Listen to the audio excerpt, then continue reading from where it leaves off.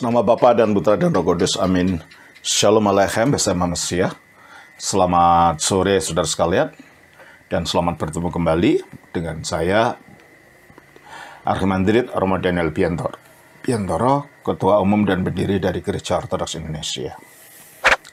Sebagaimana setiap Rabu sore, kita akan melanjutkan pelajaran kita dari Injil Yohanes. Kita sudah sampai kepada chapter 35 dari Yohanes, pasal yang ke-6, ayatnya yang ke-32, dan seterusnya. Kita baca saja 32 sampai 38. Maka kata Yesus kepada mereka, "Aku berkata kepadamu, sesungguhnya bukan Musa yang memberikan kamu roti dari surga, melainkan Bapa-Ku yang memberikan kamu roti yang benar dari surga. Karena roti yang dari Allah ialah roti yang turun dari surga dan yang memberi hidup kepada dunia." Maka kata mereka kepadanya, "Tuhan, berikanlah kami roti itu senantiasa." Kata Yesus kepada mereka, "Akulah roti hidup. Barang siapa datang kepadaku, ia tidak akan lapar lagi. Dan barang siapa percaya kepadaku, ia tidak akan haus lagi. Tetapi aku telah berkata kepadamu, sungguh pun kamu telah melihat aku, kamu tidak percaya. Semua yang diberikan Bapa kepadaku akan datang kepadaku, dan barang siapa datang kepadaku, ia tidak akan kubuang. Sebab aku telah turun dari surga, bukan untuk melakukan kehendakku, tetapi untuk melakukan kehendak Dia yang telah mengutus aku." Terima kasih. Yohanes 6 ayat yang ke-32 ini di dalam bahasa aslinya berbunyi demikian. Ipen un aftis o Yesus. Maka berkatalah Yesus kepada mereka, "Amin, amin, lego imin. Amin, amin, aku berkata kepadamu," atau sesungguh-sungguhnya aku berkata kepadamu. "U Moisis, zedoken imin ton arton ekturanu." Bukan Musa yang memberikan kalian roti yang dari surga. Al opatirmu, tetapi Bapakku, zidosinimin, memberi kalian ton arton ekturanu ton alitinon. Roti yang sejati, roti yang sebenarnya dari surga. Jawaban Yesus ini dalam respons ayat 31 yang diucapkan oleh orang Yahudi. "Nenek moyang kami telah makan mana di padang gurun. Seperti ada tertulis, mereka diberinya makan roti dari surga." Jadi di sini kita melihat orang Yahudi ini tidak mengerti apa yang dikatakan oleh Yesus. Mereka berpikir tentang makanan yang masih makanan bersifat jasmani, yang bersifat sementara, yang bisa musnah.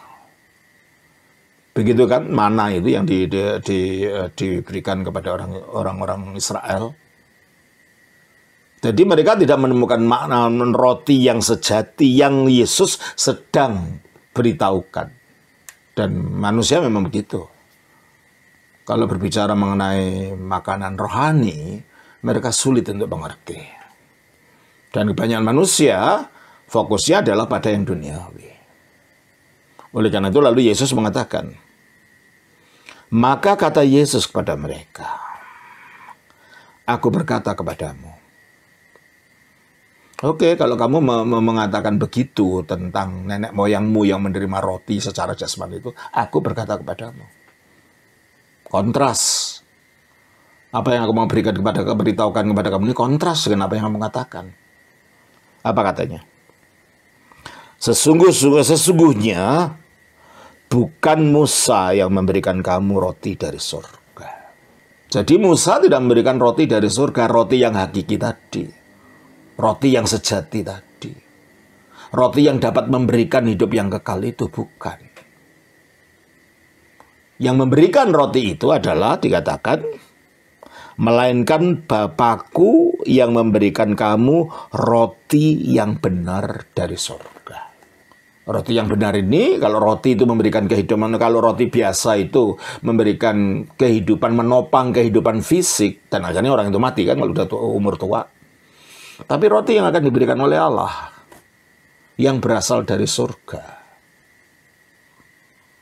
Ini bukan roti secara fisik. Inilah adalah roti rohani yang kalau orang menerima roti ini, dia akan mendapatkan hidup kekal.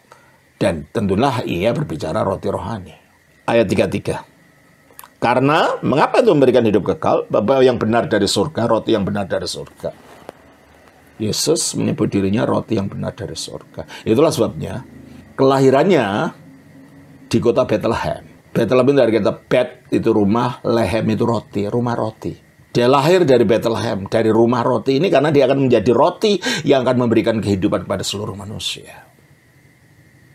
Jadi bukan kebetulan bahwa lahirnya itu di kota Bethlehem. Di kota yang artinya rumah roti. Kan dari situlah kota itulah akan memberikan roti kehidupan bagi seluruh manusia. Ayat 33. Karena roti yang dari Allah ialah roti yang turun dari surga dan yang memberi hidup kepada Itu dunia. dia. Roti yang dari Allah, yaitu roti yang sejati tadi, ialah roti yang turun dari surga. Berarti bukan roti olahan di bumi ini. Karena Kristus sendiri mengatakan dalam ayat 38, sebab aku telah turun dari surga. Aku telah turun dari surga. Nah, kalau dialah roti rohani ini dan dia berasal dari surga, ya memang dialah roti itu. Roti yang turun dari surga. Jadi bukan termasuk dalam ciptaan dan bukan memberikan kehidupan secara sementara dan bukan bersifat jasmani. Karena roti yang dari Allah ialah roti yang turun dari surga dan yang memberi hidup kepada dunia. Memberi hidup artinya memberi hidup kekal ini. Memberi hidup adalah memberi hidup yang tidak dapat binasa itu. Dan Kristus dapat memberikan hidup karena dia telah menyatakan kehidupan itu melalui kebangkitannya. Coba kita baca dalam Roma pasalnya ke-6 ayat yang ke-9. Karena kita tahu bahwa Kristus sesudah ia bangkit dari antara orang mati, tidak mati lagi. Maut tidak berkuasa lagi atas dia. Maut tidak lagi berkuasa atas dia, dia tidak mati lagi. Sehingga tubuhnya Yesus itu sesudah bangkit dari mati, menjadi tubuh yang menghadirkan hidup ilahi yang tidak dapat mati itu. 2 Timotius 1 ayat 10. Dan yang sekarang dinyatakan oleh kedatangan Juru Selamat kita, Yesus Kristus, yang oleh Injil telah Injil apa? Injil tentang kebangkitan. Yang oleh Injil dan Injil berita tentang kebangkitan, ya kan? telah mematahkan kuasa maut. Telah mematahkan kuasa maut. Karena apa? Karena sudah mati dia tidak, sesudah dia mati, sudah bangkit dia tidak mati lagi. Maut tidak berkuasa atas dia. Maka dia telah mematahkan kuasa maut. Terus Dan mendatangkan hidup yang tidak dapat binasa. mendatangkan hidup yang tidak dapat binasa. Itulah hidup kekal. Itulah hidup ilahi yang menyatakan diri di dalam tubuh inkarnasi Yesus Kristus ini. Sehingga tubuh inkarnasi Yesus Kristus itu menjadi roti, menjadi makanan rohani yang memberikan hidup kekal kepada seluruh dunia, artinya kepada seluruh umat manusia yang mau percaya. Dialah sumber daripada keselamatan itu, sumber daripada kehidupan kekal itu. Ayat yang ke-34. Maka kata mereka kepadanya, Tuhan, berikanlah kami roti itu senantiasa. Mereka masih berpikir tentang roti biasa. Roti di padang belantara atau roti yang Yesus berikan melalui mujizatnya di mana 5.000 orang diberi makan itu. Ketika orang hidupnya, pikirannya terlalu lekat kepada yang duniawi, untuk disuruh mengangkat wajahnya, wajah batinnya, untuk melihat yang rohani itu sulit sekali.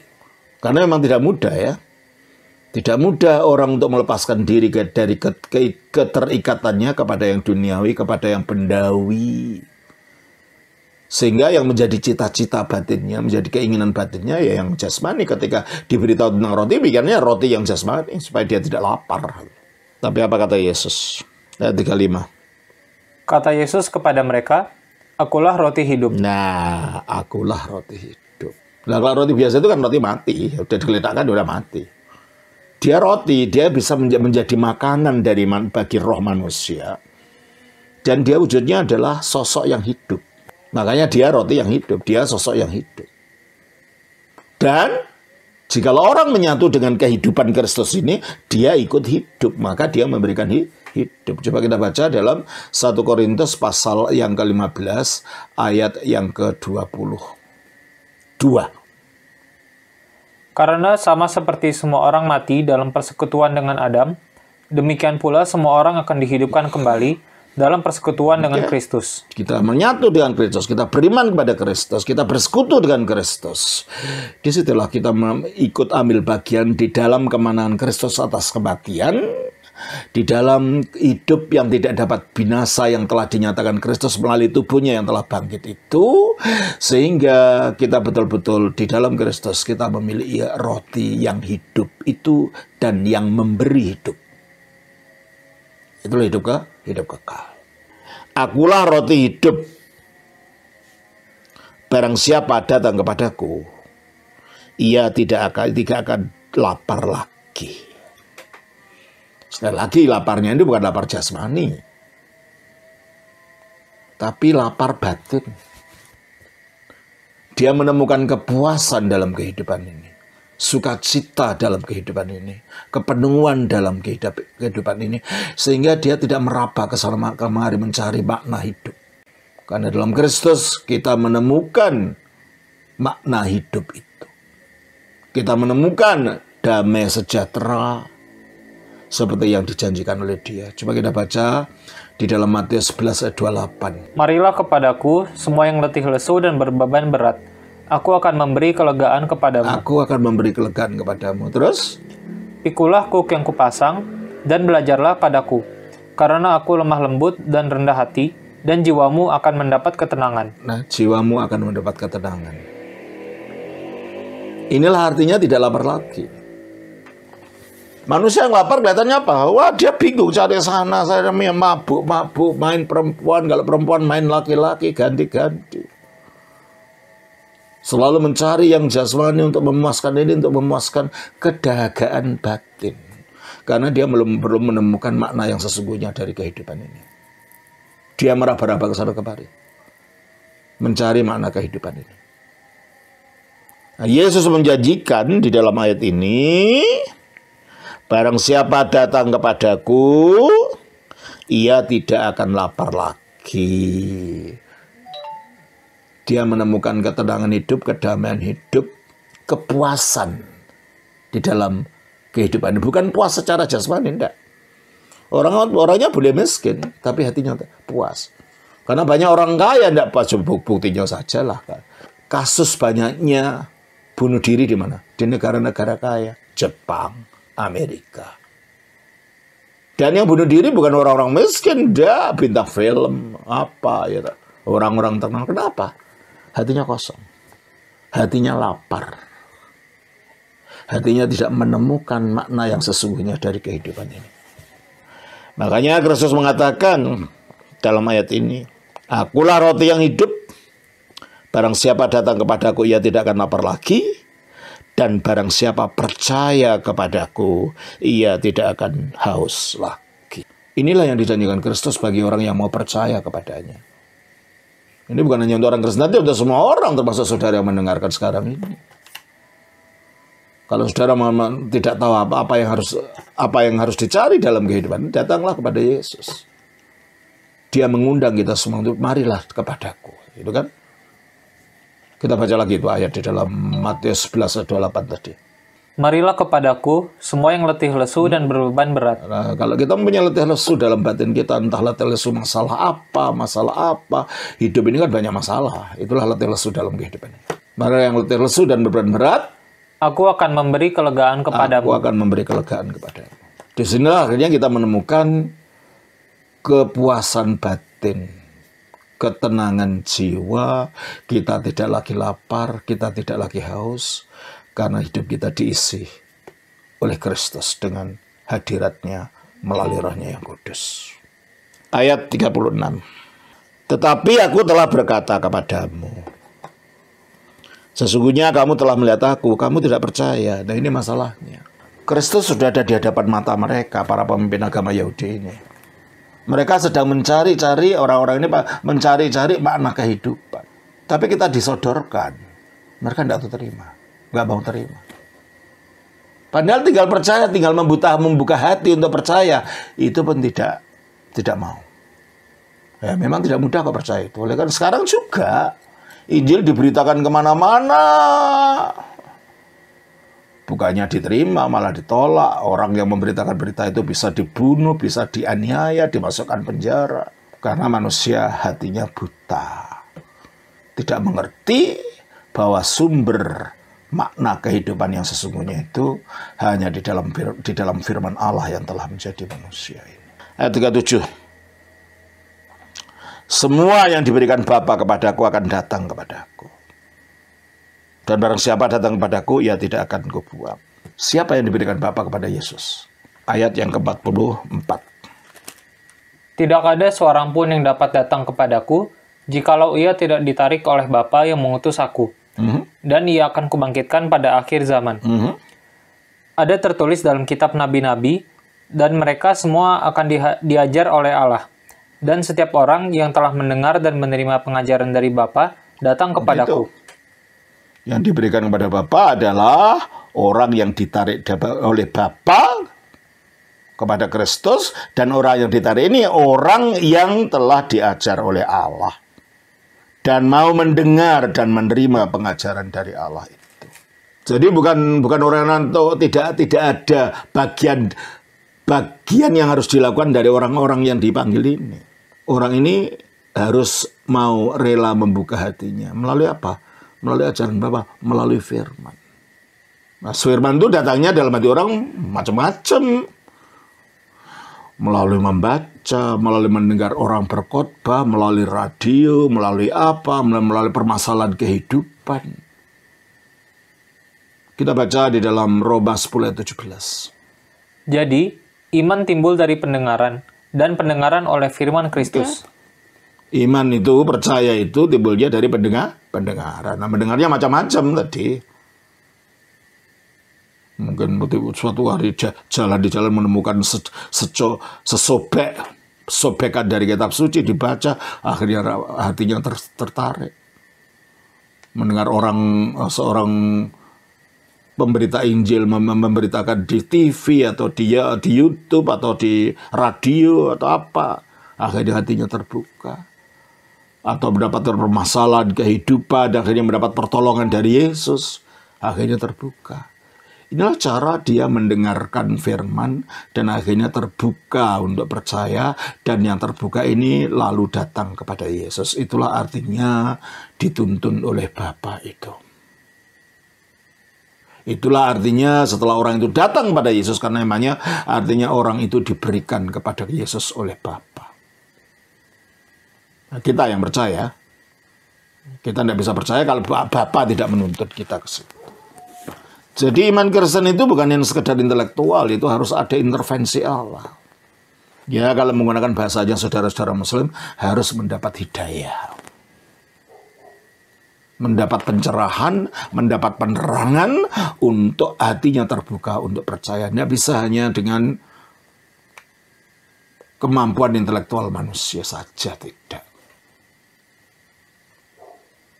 Perlu ada kuasa Allah yang menarik dia untuk datang kepada Kristus. Ya. Ayat 37, semua yang diberikan Bapa kepadaku akan datang kepadaku, dan barang siapa datang kepadaku, ia tidak akan kubuang. Nah, kalau kita sudah di dalam Kristus dan sudah datang kepada Kristus, sudah beriman kepada Kristus, sudah dibaptiskan manunggal dengan Kristus dan mengenakan Kristus. Dan kalau kita tetap bertahan di situ, ya nggak mungkin kita akan dibuang. Dalam arti inilah keselamatan itu tidak dapat hilang. Artinya kalau kita tetap bertahan di dalam Kristus, tidak akan dibuang. Mengapa tidak akan dibuang? Ya karena tujuannya Bapa mengirim Kristus itu tujuannya untuk membuat manusia itu supaya mendapat hidup kekal. Makanya dikatakan ayat yang ke-38. Sebab aku telah turun. Nah, sebab lah itu alasannya. Sebab apa? Aku telah turun dari surga bukan untuk melakukan kehendakku. Aku turun dari surga bukan karena kehendakku sendiri. Jadi aku nggak seenaknya buang orang ini datang terus saya buang, bukan. Aku turun dari surga ini, firman itu turun ke bumi mengambil kemanusiaan dari rahimnya Bunda Maria, berwujud manusia namanya Yesus. Itu untuk melakukan kehendak Bapa. Kehendaknya Bapa itu apa terus kan? tetapi untuk melakukan kehendak Dia yang telah mengutus aku. Ya, Yesus disebut mengutus bukan dalam arti dalam jabatan rasul, bukan itu. Ya memang diutus dari surga turun ke bumi menjadi manusia, itu artinya. Tadinya di surga satu dengan Bapa, tanpa meninggal kesatuannya dengan Bapa, dengan Allah, lalu mengambil kemanusiaan turun ke bumi, itu artinya diutus itu. Jadi kalau saudara membaca dalam Injil Yohanes banyak kata diutus, utusan, ini jangan dibaca. Dan ini banyak saudara-saudara Muslim yang para apologis menggunakan kata itu untuk membuktikan Yesus itu bukan Tuhan karena diutus. Loh, yang diutus itu firman itu mempunyai hakikat yang sama dengan Allah. Ketika diutus pun dia tetap satu dengan Allah. Berarti dia mempunyai sifat keilahian dalam dirinya. Diutusnya katanya turun dari surga ke bumi ini loh, menjadi manusia itu loh. Jadi bukan diutus dalam jabatan rasul, bukan. Memang disuruh turun. Tujuannya apa? Dan untuk melakukan kehendak Bapa, kehendak Dia. Nah, kehendaknya Bapa itu apa? Ayat 39. Dan inilah kehendak Dia yang telah mengutus aku, yaitu supaya dari semua yang telah diberikannya kepadaku, jangan ada yang hilang. Itu karena kehendak Bapa dari semua yang telah diberikan kepada Kristus, jangan sampai ada yang hilang, musnah, masuk ke neraka. Oleh karena itulah kehendak Bapa, dan Yesus datang untuk menjalankan kehendak Bapa. Itulah sebabnya kalau orang datang kepada Dia dan tetap bertahan dalam iman kepadanya, tidak akan dibuang. Makanya jangan murtad, tetap bertahan di dalam Kristus. Coba kita baca dalam Matius pasalnya yang ke-24 ayat 13. Tetapi orang yang bertahan sampai pada kesudahannya akan selamat. Oh, tapi orang yang bertahan sampai kesudahannya akan selamat. Jadi kalau kita bertahan tetap dalam Yesus, dan kita tidak digeser iman kita dari itu, ada kepastian keselamatan itu. Pertama, kepastian bahwa memang Allah tidak menginginkan kita hilang. Yang kedua, bahwa kitanya itu tetap bertahan di dalam iman kepadanya. Di dalam Yesuslah kepastian keselamatan itu. Ya.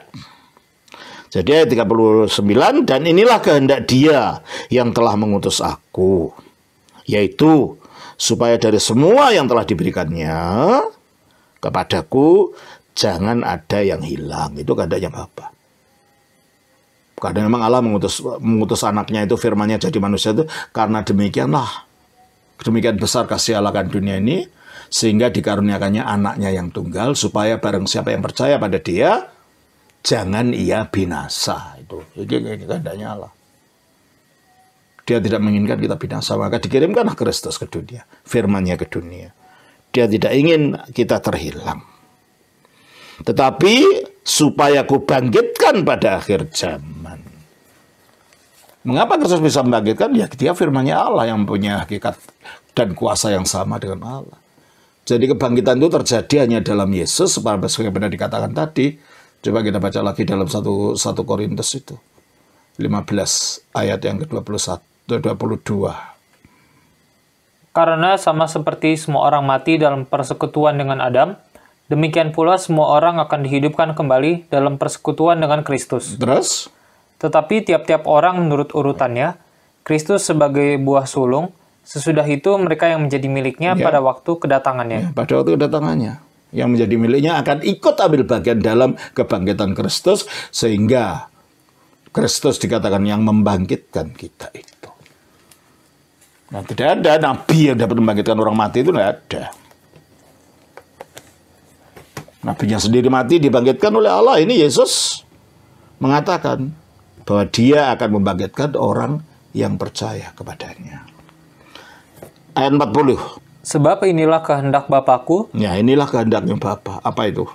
Yaitu supaya setiap orang yang melihat anak dan yang percaya kepadanya beroleh hidup yang kekal. Melihat anak dalam arti percaya dan menyerahkan diri kepada sang anak, sang putra ini beroleh hidup kekal. Terus? Dan supaya aku membangkitkannya pada akhir zaman. Pada akhir zaman aku membangkitkannya.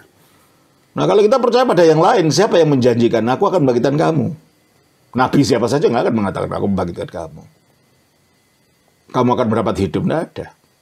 Pemimpin agama saja nggak ada yang mengatakan. Siapa saja nggak ada yang bisa mengatakan itu. Kristus bisa mengatakan itu karena pertama dia adalah firman-Nya Allah. Yang melaluinya Allah menciptakan dunia. Dan ketika jadi manusia, dia telah mengalahkan kematian dan bangkit dari mati. Maka dia punya kuasa untuk itu. Maka dia berani mengatakan itu. Bahwa aku akan membangkitkan mereka membangkitkannya pada akhir zaman. Ayat 41.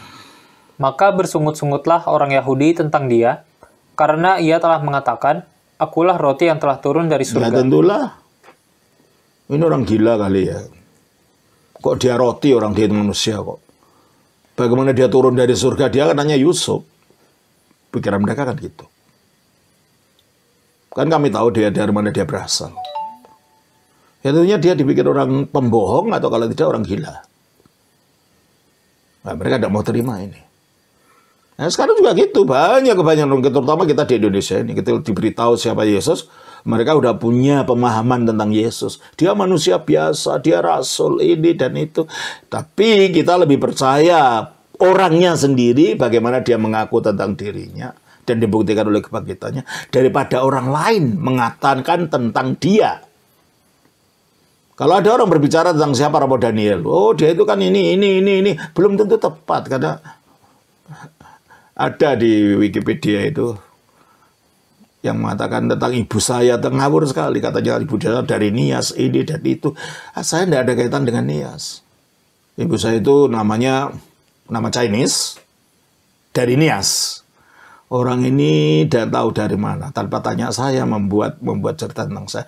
Loh kan nggak tepat siapa saya kan? Ibu saya kan bukan dari Nias.